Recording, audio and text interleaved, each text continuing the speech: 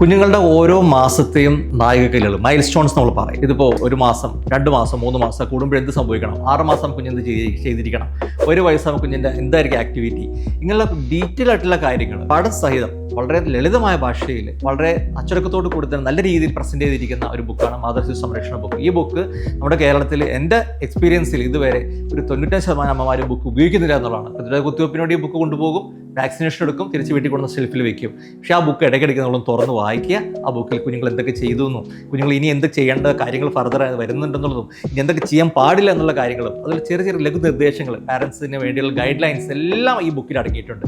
ഇത്രയും മനോഹരമായിട്ടൊരു ബുക്ക് സത്യം പറഞ്ഞാൽ ഗവൺമെൻറ് സയൻറ്റിഫിക് ആയിട്ട് റിസർച്ച് നടത്തി പ്രസൻറ്റ് ചെയ്തൊരു ബുക്കാണ്. ഈ ബുക്ക് നമ്മൾ എല്ലാവരും കൃത്യമായിട്ട് ഉപയോഗിക്കണം, ചെക്ക് ലിസ്റ്റിൽ ടിക്ക് ചെയ്യണം, കുഞ്ഞിൻ്റെ വളർച്ച രേഖപ്പെടുത്തണം, വായിക്കൽ കറക്റ്റ് ആണെന്ന് അതിൽ മനസ്സിലാക്കിയിട്ട് ഡോക്ടർ ഇതിൽ കുറവുണ്ട് ഡോക്ടറെ ഒന്ന് കാണിക്കണം. അതുപോലെ ഫുഡിനെ കുറിച്ച് ഒരു ഡയറ്റിൻ്റെ ഒരു പ്ലാൻ അതിൽ വേറെ കൊടുത്തിട്ടുണ്ട്, ഒരു പേജ്. അങ്ങനെ അയണിനെ കുറിച്ചും അങ്ങനെ കുഞ്ഞുങ്ങളുടെ വളർച്ചയെ ഘട്ടമായിട്ടുള്ള ഒരുപാട് കാര്യങ്ങൾ ആ ബുക്കിൽ വിശദമായിട്ട് കൊടുത്തിട്ടുണ്ട്. ഈ ബുക്ക് ദയവ് എല്ലാവരും ഉപയോഗിക്കണം.